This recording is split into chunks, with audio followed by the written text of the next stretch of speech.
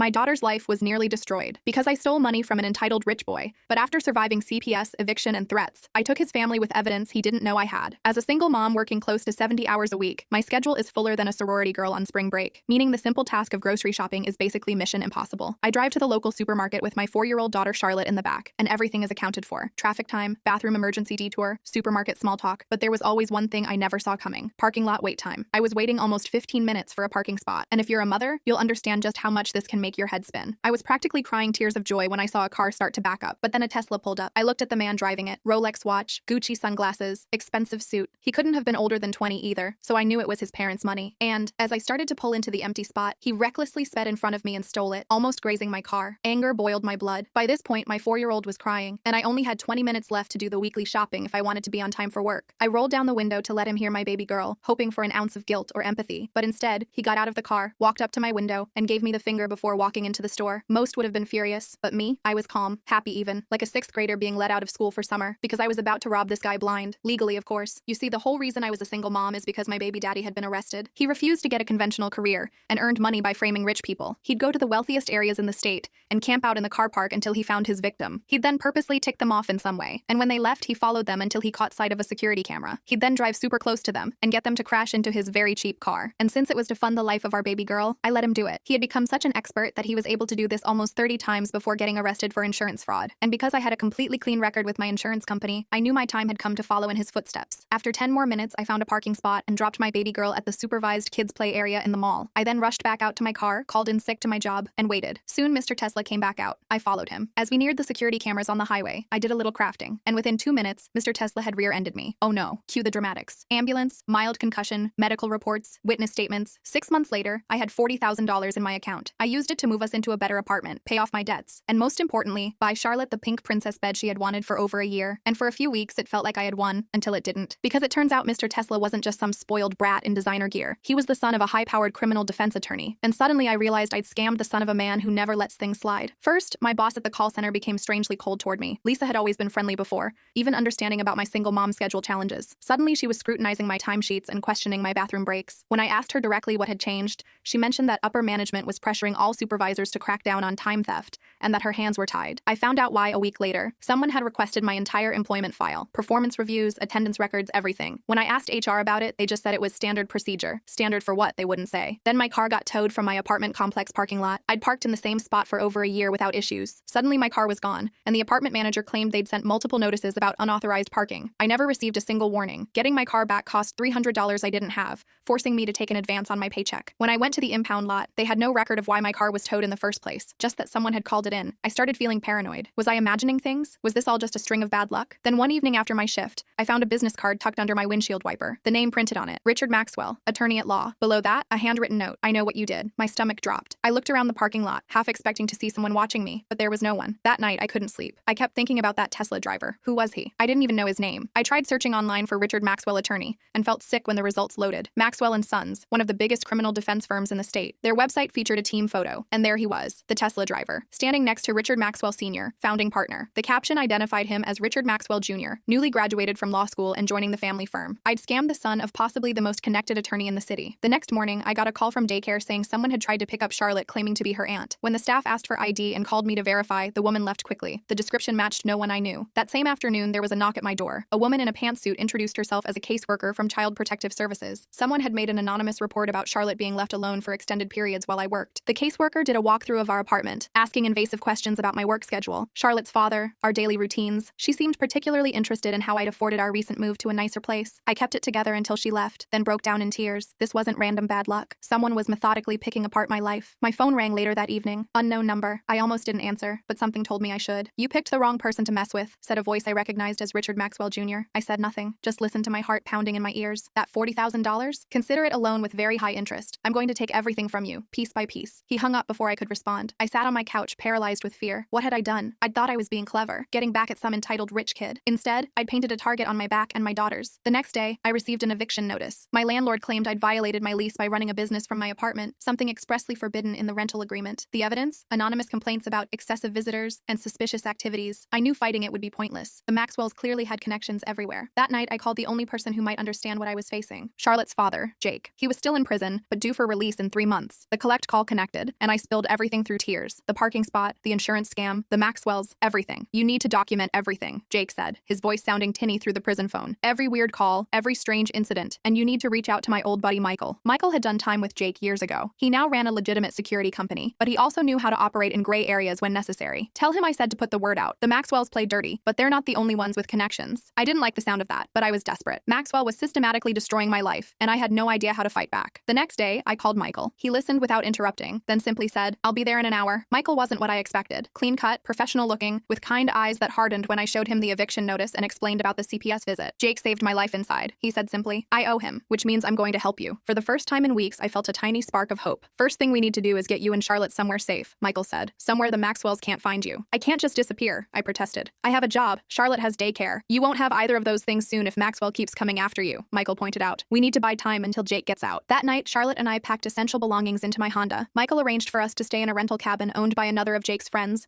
about an hour outside the city. As I drove away from our apartment in the darkness, Charlotte asleep in her car seat, I wondered how my life had spiraled so completely out of control, all because of a parking spot and a moment of vengeful opportunity. I didn't know if I could fix this mess, but I knew one thing for certain. I'd do whatever it took to protect my daughter from the storm I'd created. The cabin was small but cozy, tucked away in a wooded area where cell service was spotty but decent enough to stay connected. Michael had arranged for groceries to be delivered before we arrived, so the fridge was stocked with everything we might need. Charlotte was excited about our adventure vacation and spent the first morning exploring every inch of the place while I tried to figure out our next steps. "Mommy, look at the squirrels," she squealed, pointing out the window. I smiled despite everything. 4-year-olds have this amazing ability to find joy in the smallest things, even when their whole world is falling apart around them. Michael called around noon to check on us. He told me he'd assigned someone named Casey to keep an eye on the area, just in case. I wasn't sure if that made me feel safer or more terrified. "Any news on my job situation?" I took a deep breath before asking, but Michael's pause told me everything before he even spoke. My call center had let me go for excessive, unexcused absences. Apparently, someone had hacked into the system and changed my approved time-off requests to unauthorized absences. Even Lisa couldn't override it when the system showed I'd missed shifts I knew I'd worked. I sat down hard on the cabin's threadbare couch. "How am I supposed to support Charlotte now?" "Jake and I have a fund," Michael said, "for emergencies. This qualifies." I started to protest, but he cut me off. "It's clean money, I promise." Jake put aside some of his legitimate earnings before things went sideways. I accepted reluctantly. Pride was a luxury I couldn't afford anymore. The following day, Michael arrived with a laptop and a stack of papers. He'd been digging into the Maxwells, looking for leverage. "Richard Maxwell Sr. is untouchable," he explained, spreading documents across the small dining table. "Old money, political connections, the works. Junior, though, he's got some skeletons." Michael showed me photos of Junior partying at exclusive clubs, doing things his father's conservative clients wouldn't appreciate. Nothing illegal, but definitely reputation damaging. "This isn't enough," I said, pushing the photos away. "He'll just say they're photoshopped." Michael nodded. "You're right, but it's a start. We need more." 3 days into our cabin stay, my phone rang with an unknown number. Against my better judgment, I answered. "Hello, Jessica. Hiding won't help you." Junior's voice was calm, almost friendly. "That cabin isn't as secret as you think." My blood turned to ice. I hung up and immediately called Michael. "We need to move," I told him, already stuffing Charlotte's clothes into a bag. "He knows where we are." Michael arrived in 30 minutes, his face grim. "I've got another place. My sister's vacation house in the mountains. She's out of the country." We packed everything in record time. Charlotte sensed my urgency and didn't ask questions, just clutched her favorite stuffed rabbit as we hustled to Michael's SUV. As we pulled away, I noticed a black car turning onto the long driveway leading to the cabin. Michael saw it too and accelerated down the back road. "Was that them?" I whispered, not wanting Charlotte to hear. Michael's knuckles were white on the steering wheel. "Probably. We've got a leak somewhere." The mountain house was larger and more isolated. No neighbors for miles. Michael installed security cameras and taught me how to use the monitoring system on a tablet. "I've got friends looking into Junior," he said before leaving, "and I've arranged for some cash to tide you over." I hated depending on Michael's charity, but I had no choice. My savings were dwindling, and I couldn't risk applying for unemployment benefits that might reveal our location. A week passed in tense isolation. Charlotte was getting bored and asking questions I couldn't answer. When would we go home? Why couldn't she talk to her friends at daycare? I made up stories about a special vacation, but she was smart enough to know something was wrong. Michael checked in daily. He'd found out that Junior had been using the family firm's resources to track me down. He'd pulled my credit history, phone records, even my internet search history. The guy was obsessed. "It's not just about the money anymore," Michael said during one call. "This is personal for him." "But why?" I asked, watching Charlotte color at the kitchen table. "It was just an insurance claim. His daddy's firm probably handles dozens of those every month. Rich people hate being outsmarted," Michael said simply, "especially by someone they see as beneath them." The next day, Michael arrived with actual good news. Jake's release date had been moved up due to prison overcrowding. He'd be out in 3 weeks instead of 3 months. For the first time since this nightmare began, I felt a glimmer of real hope. Jake might have been a criminal, but he knew how to handle people like the Maxwells. He'd know what to do. But Junior wasn't done with me yet. That evening, I received an email containing a video. It showed me following Junior's Tesla out of the mall parking lot that fateful day, clearly intentionally positioning myself for the accident. The footage came from a security camera I hadn't noticed. The message was simple. "I have enough to put you away for fraud. Turn yourself in, or I'll send this to the police, your insurance company, and CPS." I called Michael in a panic. He arrived the next morning looking more worried than I'd seen him yet. "He's bluffing," Michael said after reviewing the video. "If he goes to the cops,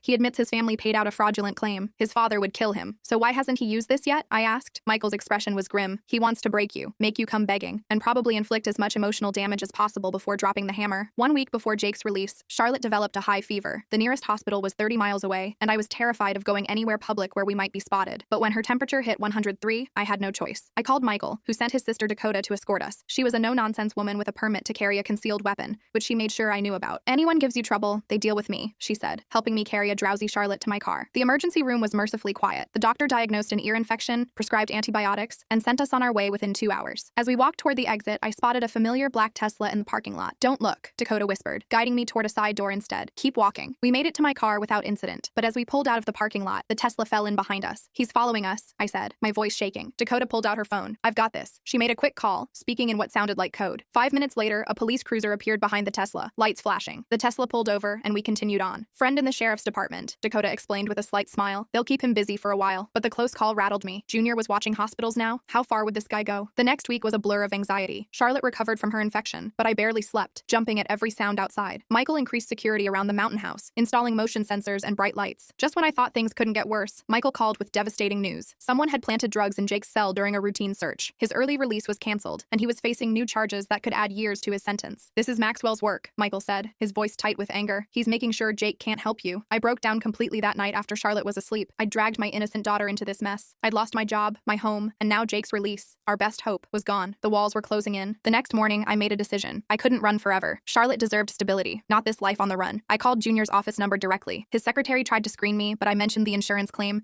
and suddenly Junior was on the line. Ready to surrender? He asked, sounding amused. I want to talk, I said, trying to keep my voice steady, face to face. He agreed to meet at a public park the following day. Michael was furious when I told him. You can't trust him, he insisted. This is exactly what he wants. I can't live like this anymore, I said. Charlotte needs normalcy. I need to end this. Michael couldn't talk me out of it, but he insisted on setting up surveillance at the park. He and 2 of his security team would be watching from concealed positions. So on the following day, I left Charlotte with Dakota and drove to the meeting spot. Junior was already there, sitting on a bench, looking annoyingly relaxed in designer casual wear. I sat down beside him, maintaining as much distance as the bench allowed. You've led me on quite a chase, he said, smiling like we were old friends catching up. What do you want from me? I asked directly. The money's gone. I spent it on bills and moving expenses. He chuckled. This was never about the money. Do you know what my father said when he found out about our little accident? He said I was careless, that I should have been more aware of my surroundings. Junior's face hardened. I'm never careless. You set me up, and I'm going to make an example of you. By ruining a single mother's life, I shot back. Real tough guy. By showing what happens to people who try to take advantage of me, he corrected. But I'm willing to be merciful. He slid a document across the bench. It was a confession, admitting to insurance fraud and attempting to extort money from Richard Maxwell Jr. Sign this, and it all goes away, he said. I'll even throw in a little going away money. Enough for you and your kid to start fresh somewhere else. I stared at the paper. And if I don't? Junior's smile disappeared. Then I finish what I started. That CPS case is still open. One call and they'll be looking at you for child endangerment. Hiding your kid in remote cabins? Looks pretty suspicious. My hands trembled as I considered my options. Signing meant admitting to a crime I could be prosecuted for later. Not signing meant continuing this nightmare. I need time to think, I said finally. You have 24 hours, Junior replied, standing up. Oh, and tell your friends in the SUV across the street that they're not as subtle as they think. He walked away, leaving the confession on the bench. I grabbed it and hurried back to my car, fighting tears. Michael was waiting when I returned to the mountain house. I showed him the confession. It's a trap, he said immediately. Once you sign this, he owns you. What choice do I have? I asked, watching Charlotte play with her toys, blissfully unaware of our situation. Michael was quiet for a long moment. There might be another way. He made some calls that night, speaking in hushed tones away from me. The next morning, he laid out a plan so crazy I thought he'd lost his mind. We're going to flip the script, he explained. Use his own tactics against him. Michael had discovered that Junior had been skimming from the law firm's client trust accounts, small amounts that added up over time. Not enough for the firm's annual audit to catch, but definitely illegal. How did you find this out? I asked, shocked. The firm's bookkeeper owes Jake a favor, Michael said. The point is, Junior's been embezzling. We have proof, and we're going to use it. The plan was risky. I would meet Junior as scheduled, but instead of signing his confession, I'd present him with evidence of his embezzlement. He'll deny it, I pointed out. Doesn't matter, Michael said. His father won't take that chance. Senior's reputation is everything to him. I spent the rest of the day rehearsing what I'd say. Michael coached me through various scenarios, including what to do if Junior became aggressive. Remember, we'll be watching, he assured me. Nothing will happen to you. The meeting place was a coffee shop this time. More public, more witnesses. I arrived early, chose a table with a clear view of the door, and waited. Junior arrived exactly on time, looking confident and slightly bored. He sat down across from me, not bothering with pleasantries. So, decision time. I pushed a folder toward him instead of the signed confession he expected. You might want to look at this first. His expression changed from confusion to shock to fury as he flipped through the pages of financial records Michael had provided. Where did you get these? He demanded, his voice low but intense. Does it matter? I replied, surprising myself with how calm I sounded. The question is, what would your father say if he saw them? Junior's face flushed with anger. You're blackmailing me now? You've got some nerve. I prefer to think of it as mutual assured destruction, I said, using Michael's exact words from our our preparation. You have dirt on me, I have dirt on you. So here's what's going to happen. You're going to back off. Completely. No more harassment, no more threats, no more messing with Jake's prison sentence. Junior leaned forward. And why would I agree to that? Because if anything happens to me, Charlotte, or Jake, these records go straight to your father and the State Bar Association, I said, tapping the folder. Your choice. For several long seconds, Junior just stared at me. I could almost see the calculations happening behind his eyes. Fine, he finally said. We'll call it even. But I want those records. I shook my head. Insurance policy. They stay with me. He stood up abruptly. You're making a mistake. No, I said quietly. My mistake was that day in the parking lot. I'm fixing it now. Junior left without another word, taking the empty confession with him. I sat there for several minutes afterward,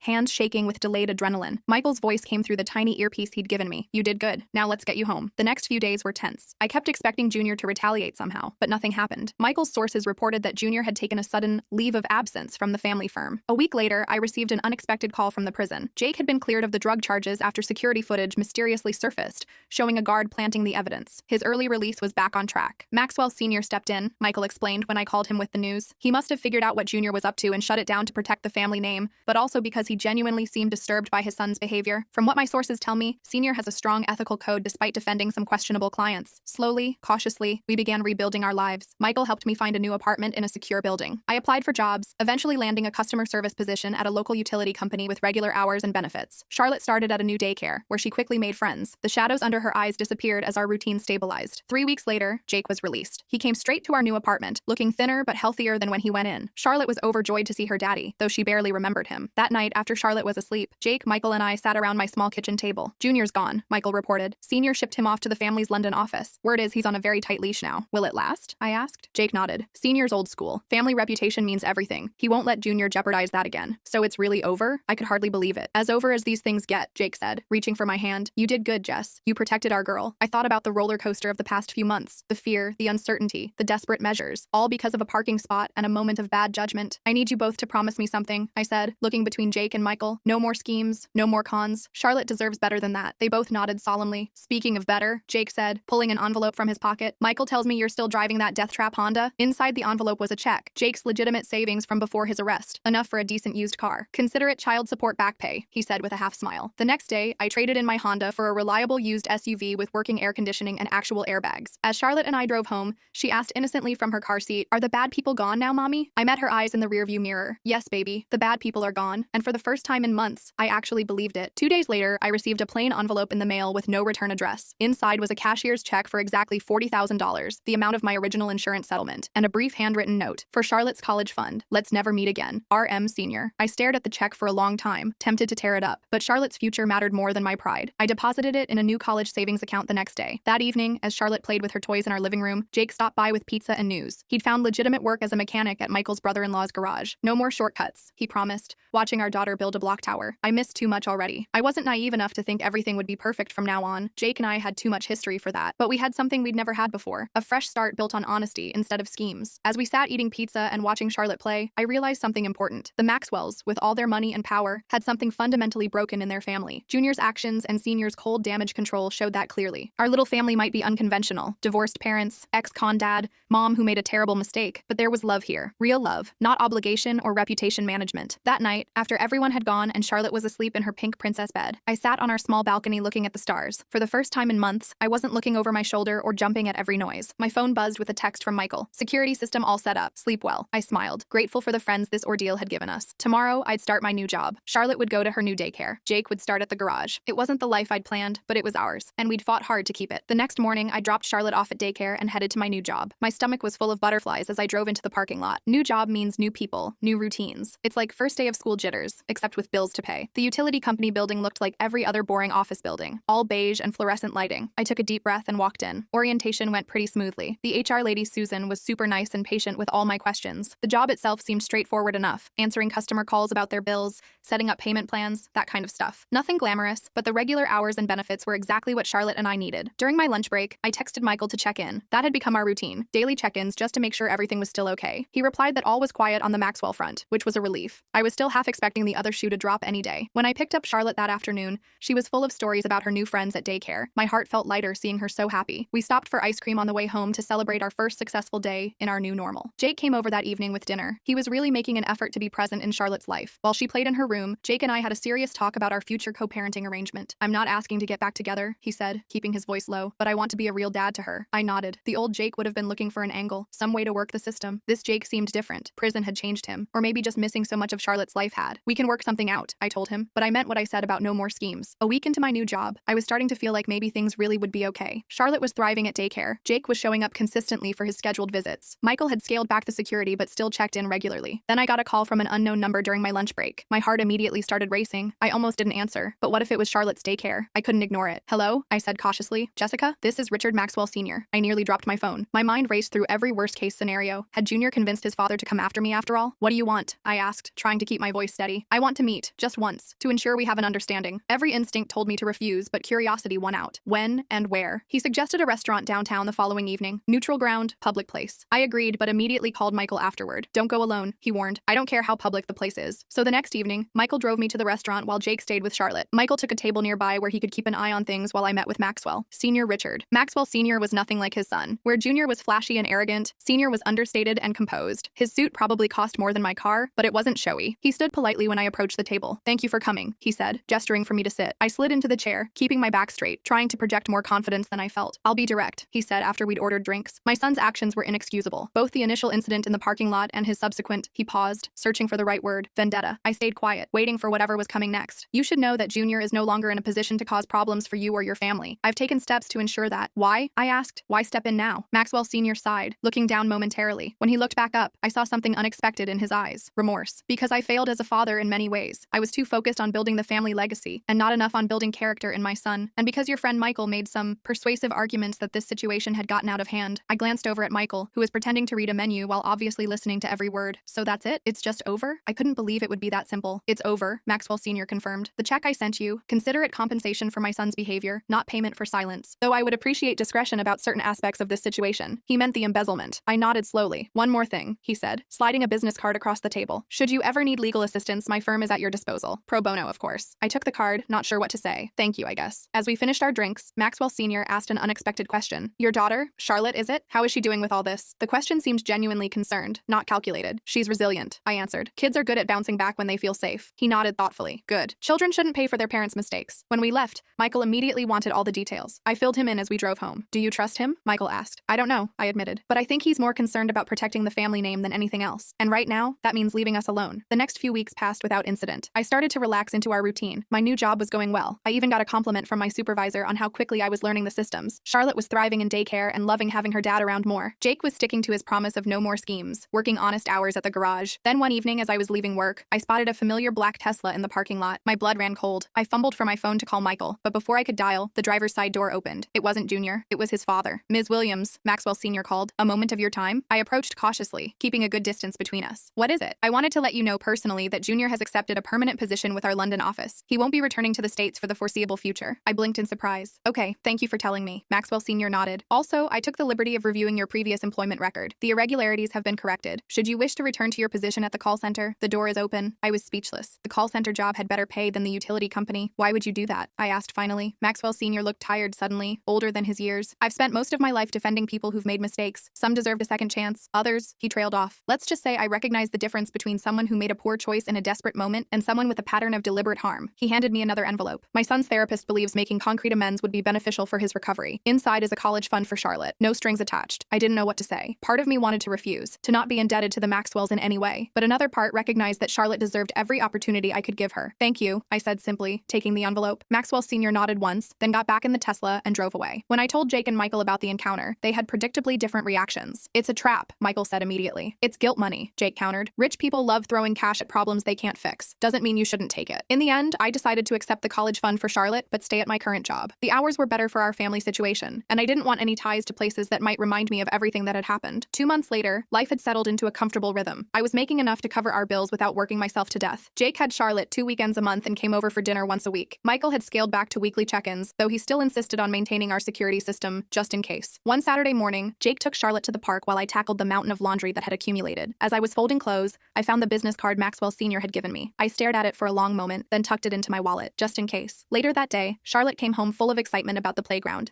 and how Daddy had pushed her super high on the swings. As I helped her wash up for dinner, she asked innocently, "Mommy, are we rich now?" I laughed in surprise. "No, baby, we're not rich. Why do you ask?" She shrugged in that exaggerated way kids do. "Daddy said I have college money like rich kids." I made a mental note to talk to Jake about what he was saying around her. "You have a special savings account for when you're bigger, better, that's all. That night, after Charlotte was asleep, I sat on our small balcony looking at the stars. My phone pinged with a text from Jake. Sorry about the rich comment. Got excited about her future. Won't happen again. I smiled despite myself. For all his faults, Jake loved Charlotte fiercely. A year later, I was promoted at work. The higher salary meant we could move to a slightly bigger apartment, one with 2 real bedrooms instead of the converted dining room Charlotte had been using. Jake was still working at the garage and had recently started taking night classes to get his business degree. He talked about opening his own shop someday. Michael had finally stopped his regular security checks, though he still came by for dinner occasionally. Charlotte called him Uncle Michael now, which always made him turn slightly red with embarrassment. We never heard from Junior again. Maxwell Sr. sent a birthday card for Charlotte each year with a note saying he'd added to her college fund, but otherwise kept his distance. As for me, I learned my lesson about taking shortcuts. Sure, that parking lot incident had seemed justified at the time, rich entitled kids stealing my spot when I was already having the day from hell, but the aftermath nearly destroyed everything I cared about. Sometimes when I'm stuck in traffic or waiting in a long line,